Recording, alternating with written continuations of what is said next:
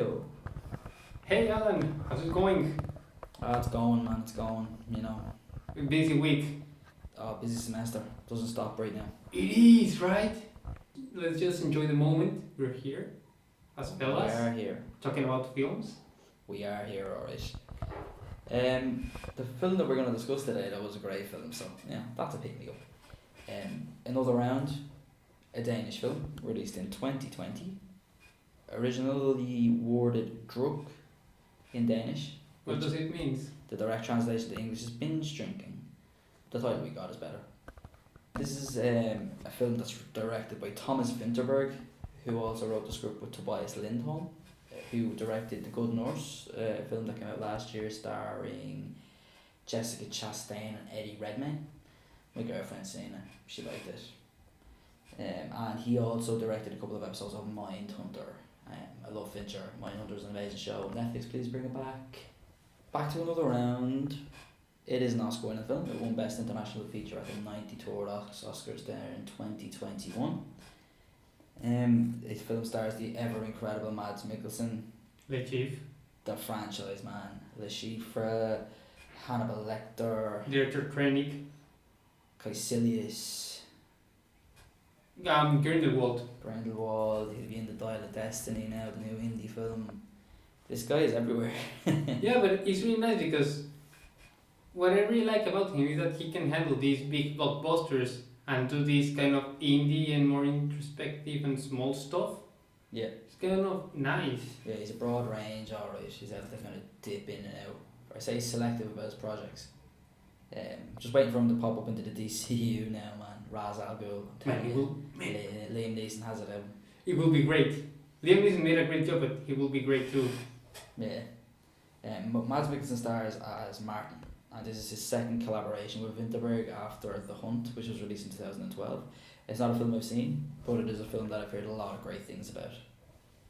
Have you seen it, Emilio? No, I haven't heard about it actually. Okay, yeah, the brief synopsis that I did see, it said that I think he's a teacher accused of abusing a child, and he goes on the run, and basically the whole town hunts him. That now I could be very wrong on that, but that is what I did hear. The synopsis of The Hunt was. Not that kind of film I'm watching with my family. No. But Mads Mikkelsen is joined in this film by Thomas Bo Larsen as Tommy, Magnus Melang as Nikolai, and Lars Rant as Peter. They are known artists, right?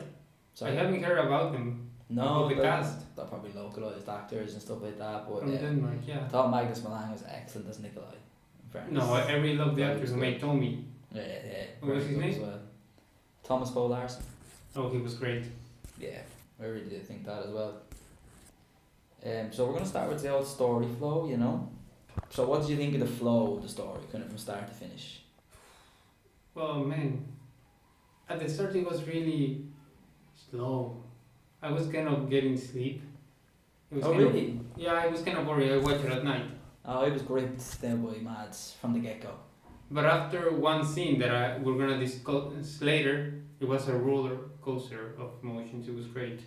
Yeah, the script really brings you through that roller coaster of emotions. Now, I'm not on about being excited or afraid, but for going from high hilarity to absolute dread, but being able to balance that out, it was almost Parasite levels of balancing, I thought. It's kind of a really specific dark humor. Yeah, It the is. tragic comedy. It is a tragic comedy, and in its comedy has kind of social critics. Yeah, but I would have to go back to what you said there, Emilio. I completely agree with you. The dinner scene sets up the whole film with the juxtaposition at the end that I know you want to get into, but from that moment onwards, where they kind of realise that Martin is depressed, straight up depressed, down and out, I think it just takes on a whole new lease of life. Man, even if you see the colors, but we're gonna talk about later. Yeah, the kind of dark dinner scene then, and then the bright, vibrant The whole film restaurant comes at the alive. end. Yeah. There was a couple of story beats now that I guessed, expected and didn't get, and completely did not see coming at all. So I found there's a little twisty too. Yeah. But the story is inspired by Finn Skårderud, who is a doctor and a psychiatrist in Norway, and he interpreted another guy's book, and he was writing the preface of it to translate. He was translating the preface of that book, and in that book, there was a part of it where he states that we're born with a 0.05 alcohol deficiency.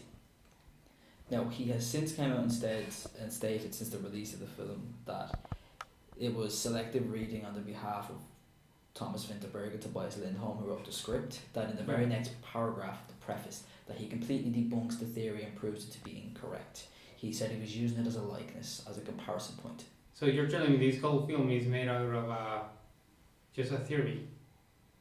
Or maybe a comment about a theory. Yeah, but it has been proved. Yeah, but he made sure to come out, and I was actually reading a quote from him. He did an interview with a Norwegian station after the film released in Scandinavia, and he said that as a doctor and a psychiatrist, he had to come out and he had to clarify his comments because he deals with addicts every day. So I think it was important for him to come out and say that, and then for the creators of the film to line that up. Yeah, it's an introspection actually. Yeah, 100% now. But what an excellent idea it was for a film. Sometimes less is more, man. Yeah. And they just bet on their script. Yeah, and it's a script that Hollywood should not take and westernise regardless of how well Leonardo DiCaprio was cast as an English-speaking man. I'll tell you once, I'm gonna say it again.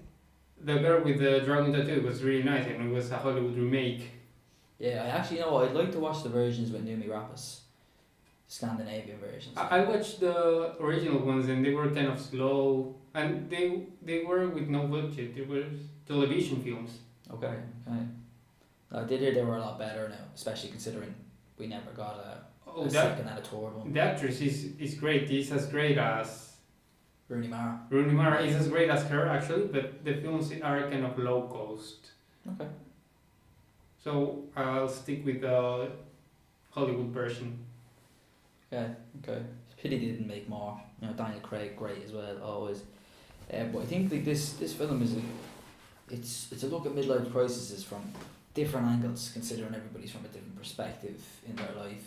Although they're all teachers in the school, one is a gym teacher, one is a psychology teacher, there's a music teacher and a history teacher. So focusing on different parts.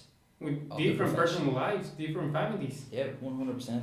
Now the only one I will say that you don't really learn much about from a family perspective was Peter's family as the music teacher. You didn't really get to see him hitting rock bottom the way he did maybe with the others. Peter is the music teacher. So I actually think Peter's arc is pretty dark considering how the film ends. There's a repeat student who he's tutoring and how he's trying to help, and he encourages him to drink before and during the oral exam. So I thought that was pretty grim now. Man, that's where this film comes from, you know. They're doing these bad things for the great of good, if you see in a way. I think they think that, but once they hit part 2 and the blood alcohol level reaches and goes above the 0.05 level, I do think it starts to fall apart for them, and then they completely walk by what's good. They touch their limits. They overpass their boundaries, and that's where the problems began. At the beginning, it was kind of controlled, and their life becomes smoother. Well, to a degree, considering the alcohol is found and they get away with it the first time. They think they're doing it for the greater good, and I think that's the juxtaposition of the music that's also in the film as a background. It's classical music by a composer that they also claim was also under the influence of alcohol whenever he wrote or composed, and then they reference Hemingway being under certain rules as well. So I just think that they're trying to justify what they're doing. The composer was drunk when we made the... But these guys are teachers. No offense to them, they're not master musicians who are gonna last thousands of years. Well, I kind of like the music in the film, you know. Oh no, the music was phenomenal. Like I just thought that they used. I really like jazz. It's classical music. It was kind of like jazz and soul. I don't know what you were listening to, Emilio. But I just thought they used this like old school classical music to justify what they were doing. Yeah, so like, we move on to mise-en-scene, symbolism. Now, I personally found, and I know you said so as well, that there wasn't really a lot of that. So I focused on a couple of things that I liked in the film from a production design standpoint, and I wanted to focus on a little bit of camera work that I didn't like. Yeah, I agree with you. There's not much symbolism because it's kind of a linear story or simple. But the thing is that I think that the art in this one is in their camera and in their colors. Okay, see, because I disagree now with the camera. I personally thought there was a lot of shaky cam, and I thought that detracted ever so slightly from it because, like, the technical side of it was actually the aspect I got let down by. Yeah. Like, and there's not much to be let down by here. I think the script, the direction, the performances are so strong, and it's such a unique idea. I just did think the shaky cam was a little bit of a down point for me. Oh, it is, but there's a point when you've got this shaky camera almost the whole movie, but it's just stabilized when they are kind of sober. And in one point, when they touch boundaries before Tom is dead. Sorry for the spoiler. You've got this kind of really well done camera movement and angles. It's just so smooth, and you see it really nice because you were with a shaky camera all movie long. You fall again with the shaky camera after they get drunk again. I see why they did it. Yeah, see, I can't remember exactly if it was only during the alcohol scenes, but I just remember being annoyed by it. I can understand the stylistic choice if it mirrored these scenes where they're meant to be drunk, but I thought it seemed sloppy a couple of times. I didn't think it flowed nicely, but again, that was just a personal thing now. But I did like the production design. Like, I loved the layout of Martin's house.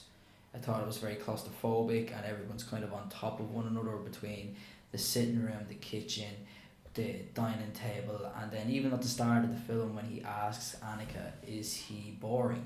Yeah. Like, even he's sitting down on like a crunched up couch and she's standing beside In the shadow. drawers or something, beside the door. Like, there just doesn't seem to be a lot of space, which I then think impacts the story as later on when he's confronted at the table, everybody knows, because how couldn't you know? They're all on top of one another. I'm gonna say something. Well, I didn't like the fact that they made such close-ups. You've got close-ups every 3 minutes. Have you noticed that?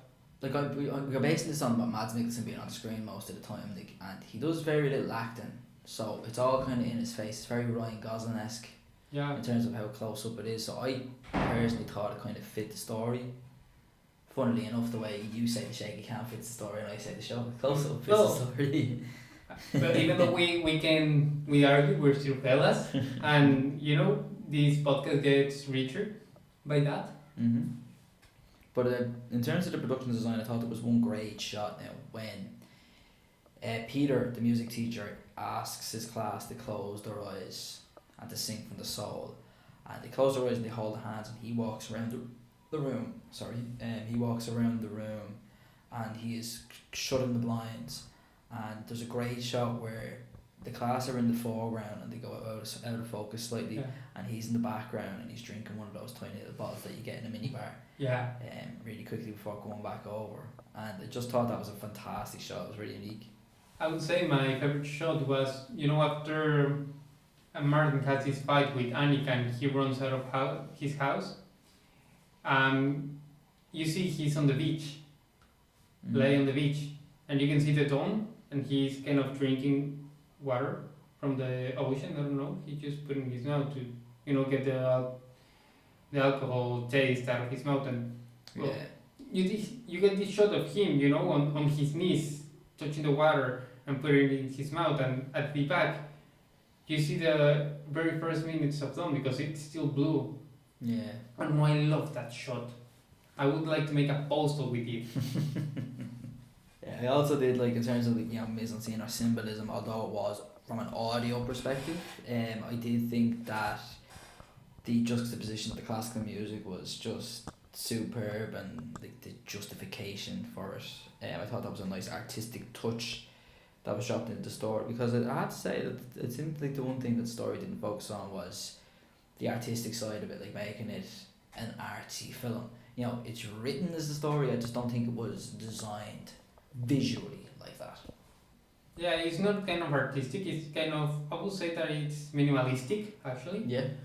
But there is so much in colors actually, because you start the film with this kind of gray pattern, and after going on the track in this story, you see that more colors are added, and then you've got this kind of boundary, this limit when Martin again has this fight with Annika, and you still have all these colors, but they are blurred. Yeah. I don't know if you noticed it. No, I did. Because you still have colors, but the way they show them.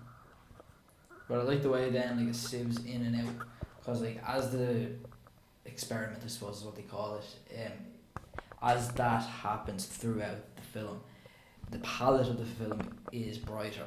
But then when they go on to step 3 and they get completely annihilated, the next day when they wake up, Yeah. it goes straight back into grey dullness again, because they've gone too far. Yeah, there's a contraposition between, I would say the blur between when they are sober and when they are drunk. Even when they're drunk, they use colors that are warm. Yeah, but at the start when they weren't drunk, they were just maintaining the alcohol deficit. They used those bright lights as great. well. It's just so grey, so boring. But it's part of the story. I think it reflects their personality and their lives. Yeah, the situation they're in at that moment in time. Yeah, they're stuck. Yeah, I'd agree with that. And the performances. What can I say, man? Mads Mikkelsen was brilliant as always. Do we agree on that? To be honest with you, I actually thought it was a performance for the ages. I thought he was phenomenal. Like, he had me broken in that first dinner scene. But I would like to talk about Tommy. I didn't expect nothing about him, and he was really nice. I do agree with you that Tommy was great and Nicola was great and Annika was great, but without Mads Mikkelsen in the centre of that film, the people around them don't have nothing to gravitate towards. Yeah, So yeah, I I think agree. let's not jump straight off the board off Mads here. Like I actually have I did a little bit of research about the award season that year. Like, I felt very strongly about the performance, I have to say, and he wasn't nominated for an Oscar. Yeah. Now, it was a strong field that year, and I'll tell you who was nominated for Best Actor. It was Anthony Hopkins in The Father, the winner that year. Yeah, I remember Riz that. Ahmed in Sound of Metal, a phenomenal film. Gary Oldman in Mank, didn't get to see that one. Oh, masterpiece. Stephen Yeun in Minari, also didn't get to see that. And then the late great Chadwick Boseman from Ma Rainey's Black Bottom. Now, strong field, yes, but I could see him eking in there easily. Yeah, he hasn't won any Oscars yet, right? I don't even think he's been nominated for one yet. Well, he deserved it. Yeah. I just thought he was filled with sadness, but he was just oh so charming. Like, from the dinner scene to the first class that he has the 0.05 alcohol content, his breakup with Annika, asking for her to come back, and then the dance at the end. I wouldn't say sadness, I would say nostalgia. There are different things, man. I would disagree. I'd say he's depressed at the start of that film. So that's why I would stick with sadness. No, I think he has nostalgia for his, for the man he used to be. Yeah, no, I'd say he does have that, yeah, but I'd say I firmly think he's pure depressed. Yeah. I guess, like you said, Tommy was great, but they all got to float around the anchor that was Mads Mikkelsen. But please continue talking about Thomas Bo Larson's performance, because it was great. Matt Mikkelsen was the anchor, but he has a great cast behind. He got some great bodies as friends, great body actors. Like, I actually loved his arc, Tommy. Like, it was beautiful, but at the same time tragic. But there was a beautiful juxtaposition that his character goes through between his own spiraling with alcoholism, going against the way he helps the child on the team come forward and be himself, Specs, and then when Specs starts singing at the funeral, it goes broken again. Actual alcoholism helped him in at the beginning with the children. That's a bold statement. At the beginning, well, just saying that someone dealing with children needs alcohol, I think, is a bold statement. we're talking about the film, not reality.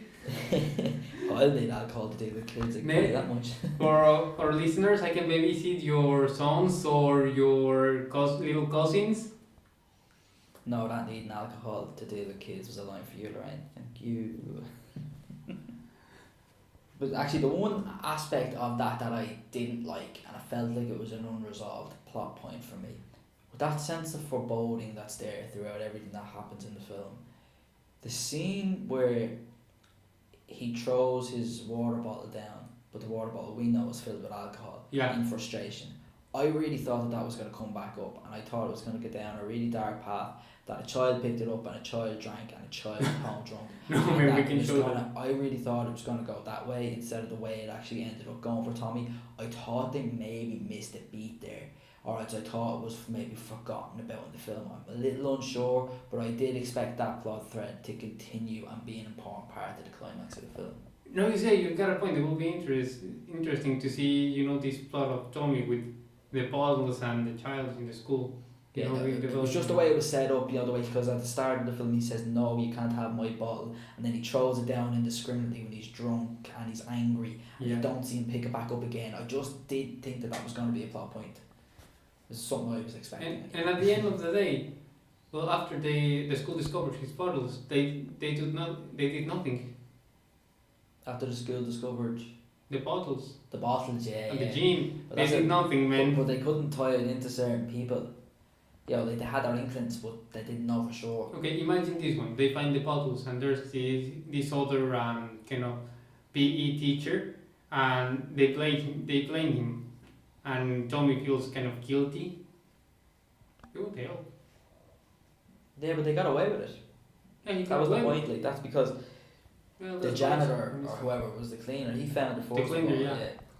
Well, that's life sometimes. You get away with yours sometimes. And then in terms of the performances as well, I know we talked about this, but Peter's performance, well, you don't see how the alcohol affects his personal life. I think he's the only one you don't see his own personal life, like whether he has kids or a wife. To be honest, I can't even remember.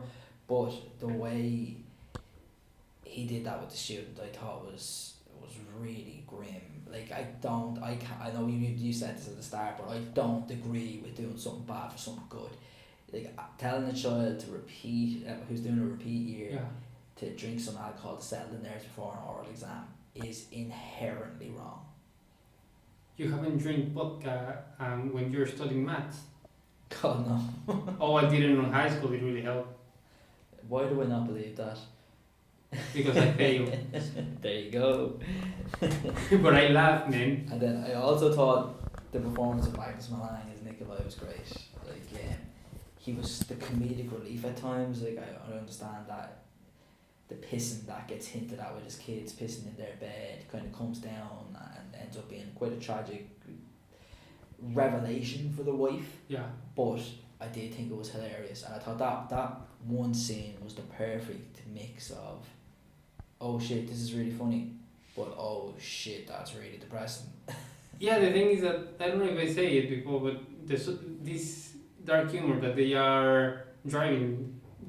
been driving us through all film, got a kind of these social critics. Yeah. This film is riddled in social commentary. It is. But on a deeper, more meaningful level. It's not as obvious as, say, Tar, which is definitively about cancel culture. Shut up, man, I haven't watched it. Oh man, it's absolutely amazing. I hope it wins all the awards. I loved it and I cannot wait to watch it. Even better than Aftersun. Yeah, for me, I think it's the best film of the year. So unique, man, so layered, and leaves it all up to yourself. Like, for me personally, I thought it was cancel culture mixed with Black Swan, but I know a lot of other people did not think that it had as much psychological beats as I thought it did. So, look, we'll stop there, as I know you haven't seen the film there, and I don't want to be giving up too much away about my opinion. We're going to watch it next week, and then we're going to have a debate. Yes, we will. We'll not be on the podcast, unfortunately, as I'm not going to the cinema twice as a poor student to see the same film. We are, man. We are. I'm not. So, was there anything you maybe didn't like in this film? Yeah, this missed opportunity with Tommy. And after that, which missed opportunity? The one with the bottle? Or? Yeah, the one with the bottle. Yeah, That was my biggest issue. That and the shaky cam, like, so very minor. No, when they found the bottles, I would see, they've got a punishment, a repercussion, something like that. Then I've got a second thought about the psychologist. Mm-hmm. If you see, he's a less involved one, personally. He's the one who gets less drunk. But he's the one who pushes it, man. It's his idea. It's his. Yes, his idea. His decisions. But he was annihilated when he went home, and pissed all over his wife. Yeah, but we never see this close to his family or to his but life. we've seen the wife a couple of times, and then we've seen the kids a couple of times. Because remember, there was one morning where he wakes up and his child's had fallen asleep on him, and pisses all over him, and that's the first hint of trouble with the wife. Yeah. And then that gets touched on a couple more times before he has his bladder implosion all over her. And then in fairness, I know it wasn't as problematic as Martin's and Annika's arc, because they got back together relatively quick in the film. Well, I think it was because of the feeling about Tommy. I think that's Oh the no, reason no, why no, they no, came. no, I'm not talking about Martin and Annika. I'm on about Nikolai and his wife. They got back together relatively quick. Yeah, they did. Yeah. You don't have no explanation about it. So It just happened. It was kind of brushed over really quickly, like, oh yeah, made it stronger. Done. I would like relations to be like that. Well, this is not a therapeutic podcast, so we're going to move on from that. Okay, I'm gonna invite my therapist to the next episode. Did you have a favourite scene? Yeah, as I said before, the scene after Annika had a fight with Martin, and he runs out of his house and he meets his friends, and all this scene, was brilliant for me. It was magnificent. I told you I would like to make a poster with one frame. What about you? Yeah, my favourite part was the dinner scene at the start.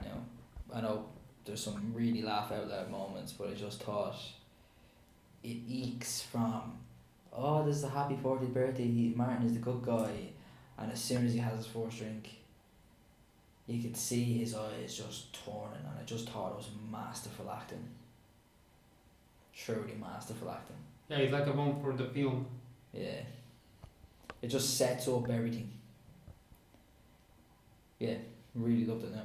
Yeah, it's in my opinion, it's a scene that starts roller coaster of emotions we have, because there's a before and after, even not only in story, in colors too. Yeah. Starts off very dark, and then when they almost recreate that scene later on, although in much more tragic circumstances, it's much brighter and more vibrant restaurant at that time. I just got one question. Mm-hmm. They're making a mess in the restaurant. They're even standing up and laughing and dancing. Why nobody? In the bar. Oh, I know. At the start, sorry. At the start, yeah. That's. No, That but wasn't a what? big mess. That was a tiny little dance. Yeah, but it's a fancy restaurant. Why nobody say anything? How do you know it's a fancy restaurant? Oh man, it seems fancy. They serve caviar. Ah. You don't get caviar in the Subway or in McDonald's. Them type of people who eat at door sort of restaurants get to do whatever the fuck they well please, man. They're never going to kick down a restaurant like that. Rich people, man. Fuck them. So, if you were to give a score to this film, what would you give? I will give it a 7.7. Out of 10? Yeah. Wow, that's low. No, I don't get me wrong. I kind of like it, but I would like to, to get. I know I said that it's kind of minimalistic, but I would like to see more exposure. Nah, more money butchers a movie like that, in my opinion. Oh yeah. That's just my opinion now. I think more money butchers a movie like that. What do you score? I gave it a solid 9 out of 10, man. 9 out of 10? Yeah, it's been a very long time since I've been hooked by a performance like that. Yeah, don't get me wrong. Yeah, the performances are 10. I thought I thought Mads, thought the script, and I thought his direction was good. A couple of technical errors is nothing you could do, and then even missing, wishing that the water bottle had gone off further. We don't know whether that was a mistake or not. And that could be a whole Game of Thrones type thing where it's oh, that's what we wanted to get, but we didn't, so we're going to cry about it. So I'm not going to do that. Yeah. But yeah, It was a great First one. Danish film I've ever watched. I was pretty happy with it. I think it was my first Danish film too. Must watch The Hunt now at some point. Well, it's only our second program. Yeah. Ah, well, don't have to watch it first. I'll watch it anyway. So, any thoughts about our next film? No, but before we get to that, I'd like to give credit to Lorraine for watching that film. Oh, she Had watched good it. Notes. Yeah, she loved the film as well. Not as much as me, but she loved it too. I don't know if she'll watch some of the other films that we laid down, but who cares? I'm gonna watch it. So the last time we sat down to discuss this, we chose a lighter film, which ended up being Another Round, and it turns out that Another Round had a very dark underbelly. Yeah. But the other films that we had discussed was Apocalypse Now, Eyes Wide Shut, Carol, and Magnolia. I don't know if Carol's going to be a film or not, but after watching Kate Blanchett and Tar, I'll happily watch Carol. But I chose Another Round, and Emilio, it is up to you. If you have another film that I had in mind that we hadn't put down on paper already, I'm open to suggestions. Well, maybe later on the road we can watch Green Knight. The Green Knight, Yeah, have you watched it? fucking brilliant. I love I it. love it, man. Ended is spectacular. It was my favorite film from last year. Yeah, spectacular ending, but yeah, look, Or it was we'll 2021. put that down on the list as a rewatch, and we'll not discuss too much on this. We'll save that for an episode, 'cause that's a special film. It's a hero ballad It's made a special. film. Yeah, we'll discuss that later on down the line. Yeah. Special film. So we got P.T. Anderson, Magnolia. We got Stanley Kubrick, Eyes Wide Shut. Oh, this is really, really complex, that one. Okay. So are you choosing them? Or I'm between Magnolia and I Fish Out. Magnolia? Yeah, I have it on DVD. I haven't watched it. P.T. Anderson's great though, so I'd happily jump on board that. Gotta go watch Magnolia. Magnolia? Yeah. Fair enough. Magnolia it is. I wanna be prepared, when time comes to talk about the Eyes Wide Shut. I wanna get prepared, really, really prepared. So you might need to watch it more than once. Do a bit Man. more preparation. I already watched it 3 times and there's many, many, many layers on it. That's a film done right. The film. It is. Films with all those. It's layers, and magnificent. films that last the test of time. Man, Simple shit goes away after a few years. it's magnificent, man. Yeah. So Magnolia will be. Yes. So I have a little tidbit that I'll drop in here at the end. Since this felt like a little bit of a shorter recording, I don't know how it's going to come out on the video. Ooh. The Oscars are next week. Oh, I'm getting my frack then. The Oscars are next week. Well, I'm still mad with the Oscars after they didn't give Charlie Egerton the recognition she deserved for Rocketman. Who won that year? Joaquin Phoenix for Joker. Adam Driver did the best performance of that year. As you heard the alarm there, we have got to wrap that shit up as Pat needs his gear back. Yee. So, thank you Thank for you. listening. Thank you guys. Emilio, thank you once again. No, thank you. I Glad really to- appreciate it. I love this time with you. I'm glad It's you nice enjoyed to the be among fellas. film. Fellas talking films. Take care, my beautiful people. Bye.